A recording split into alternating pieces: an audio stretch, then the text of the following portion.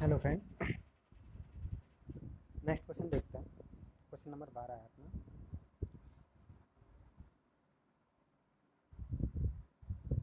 ये कहता है किसी एक बिल्डिंग या कैंपस के अंदर का डेटा कम्युनिकेशन सिस्टम क्या कहलाता है। क्वेश्चन ये पूछना चाह रहा है कि कोई एक बिल्डिंग है या कोई एक कैंपस है, जैसे कॉलेज का कैंपस हो सकता है या कोई बिल्डिंग हो सकती है, जो कोई कंपनी की ऑफिस हो सकती है,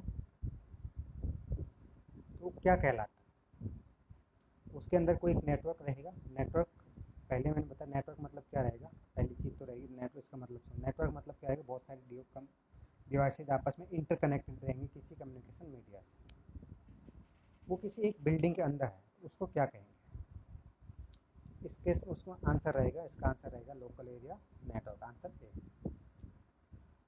इसके बेसिस पे हम कह सकते हैं कि नेटवर्क डिफरेंट टाइप के होते हैं। हम चलो अब हम डिस्कस करते हैं कि होता क्या है, लोकल एरिया नेटवर्क क्या होता है। दूसरा ऑप्शन अपने वाइड एरिया नेटवर्क वो क्या होता है, मेट्रोपोलियन एरिया नेटवर्क वो क्या होता है, ये सब चीज़ें अलग अलग क्या होती हैं। तो फर्स्ट डेफिनेशन मैंने बताई नेटवर्क क्या होता है। नेक्स्ट अपन देखें नेटवर्क के टाइप्स कौन कौन से होते हैं। Types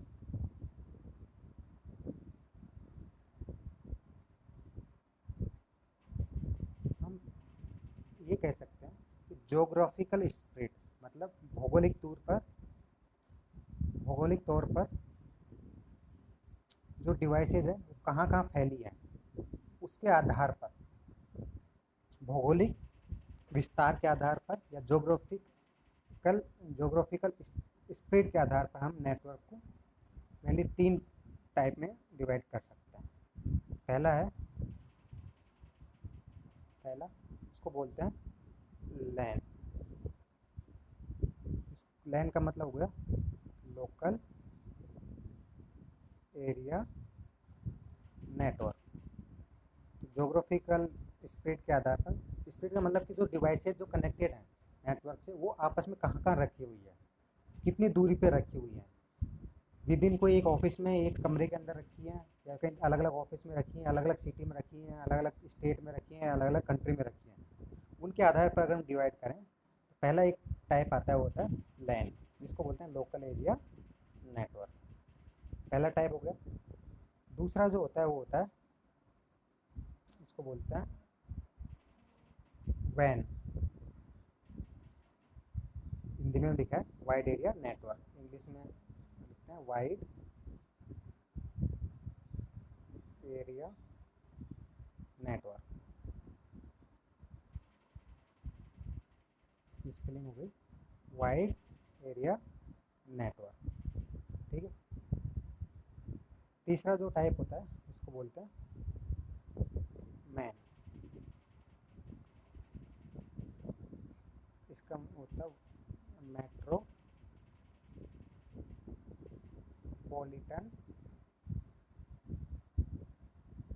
area network. तो डिवाइसेज के फिजिकल स्प्रेड के आधार पर या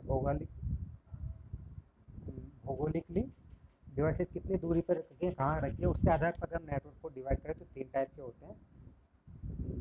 एक होता है लैन लोकल एरिया नेटवर्क, एक होता है मैन मेट्रोपोलियन एरिया नेटवर्क, और एक होता है वैन वाइड एरिया नेटवर्क। अब हम देखते हैं वन बाय वन कि इसका मतलब क्या होता है हर एक चीज़ का। तो फर्स्ट जो होता है फर्स्ट पिकअप करते हैं अपन लैन। लैन मतलब लोकल एरिया नेटवर्क। तो लैन फर्स्ट चीज़ पता होनी चाहिए, इसकी फुल फॉर्म पता होनी चाहिए। तो ये हो गई local, LOCAL local area network. तो लैन की फुल फॉर्म होती है लोकल एरिया नेटवर्क।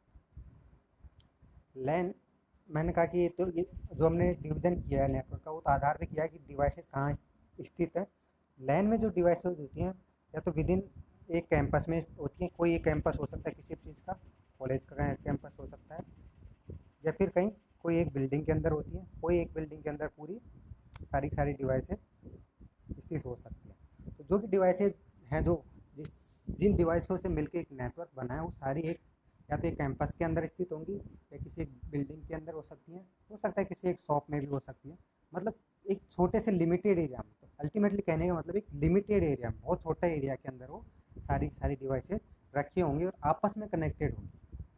कनेक्टेड होने के बाद वो कुछ न कुछ डेफिनेटली वो टोपोलॉजी में बना रही होंगी। स्टार टोपोलॉजी में कनेक्टेड हो सकती है, कोई सी टोपोलॉजी में कनेक्टेड हो सकती है, उससे कोई फ़र्क नहीं पड़ता। लेकिन अगर वो किसी एक पर्टिकुलर लिमिटेड एरिया में, एरिया मतलब एक लिमिटेड क्षेत्रफल में, सीमित क्षेत्र में सारी डिवाइसेज स्थित हैं, तो और वो आपस में कनेक्टेड हैं, तो जो सिस्टम हो गया उसको अपन बोलेंगे लोकल एरिया नेटवर्क बोलते हैं इसको। ठीक है।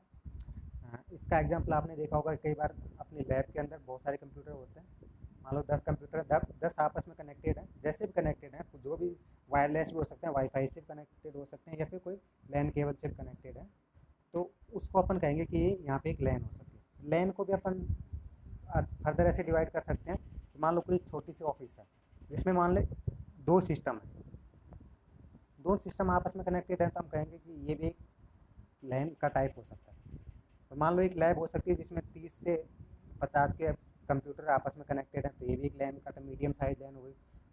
और लैन कई बार बड़े बड़े जो इंस्टीट्यूट हैं, जो एंटरप्राइज है, जो बड़ी बड़ी कंपनियां जिनको हम बोलते हैं एंटरप्राइज,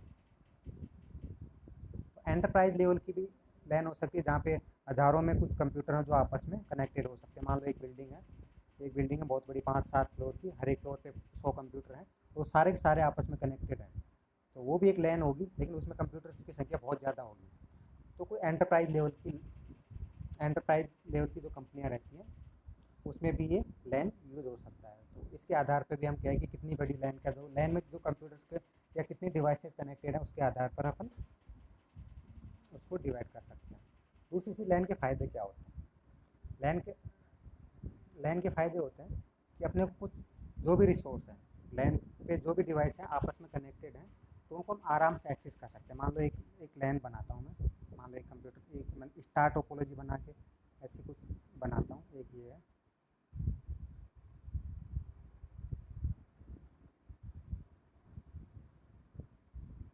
इसके फ़ायदे मैं बताऊँ। ये मान लो एक प्रिंटर है, ये कंप्यूटर है C1, C2, C3, C4। ये कॉलेज का एग्जाम्पल लेते हैं, मान लो 4 डिपार्टमेंट है, C1, C2, C3, और हर एक डिपार्टमेंट का एक कंप्यूटर है, C1, C2, C3।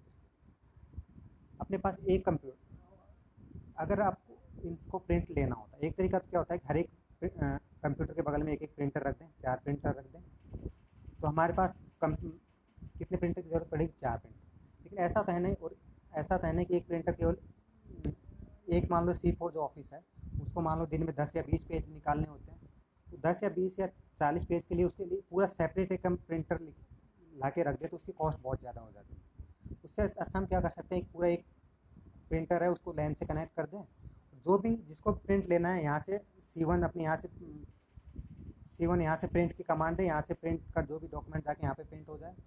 Same printer C4 use करें, सेम प्रिंटर C3 भी यूज़ कर सकता है, सेम प्रिंटर C2 यूज़ करता है। इससे क्या होता है, लैन पे जो भी रिसोर्स है, इनको प्रिंटर क्या एक रिसोर्स है, कंप्यूटर क्या एक रिसोर्स, तो ये सारे के सारे रिसोर्स अपन क्या कर सकते हैं, रिसोर्स शेयरिंग हो सकती है, जिससे कि अपना कॉस्ट काफ़ी कम आ जाता है। दूसरी चीज़ है, जब भी अपन लैन होती है, लैन आपस में कनेक्टेड होती है, लैन वायरलेस लैन भी हो सकती है, सारे कंप्यूटर अब किसी वायरलेस डिवाइस से आपस में कनेक्टेड है, वायर्ड लैन भी हो सकती है। वायर्ड लैन में अलग अलग केबल्स यूज़ हो सकती है, मान लो कोएक्सियल केबल यूज़ हो सकती है।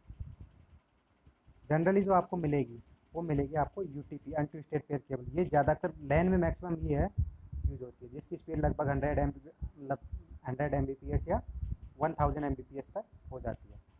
और कई बार हम ऑप्टिकल फाइबर केबल भी यूज़ कर सकते हैं, बट जिसकी स्पीड बहुत ज़्यादा हाई होती है। लेकिन जनरली लैन में अपने को सबसे ज़्यादा मिलेगा जो UTP केबल मिलेगी, अनट्विस्टेड पेयर केबल मिलेगी। ठीक है, तो ये अपन ने देखा लैन क्या होता है। वैन और मैन अपन नेक्स्ट वीडियो में देखेंगे।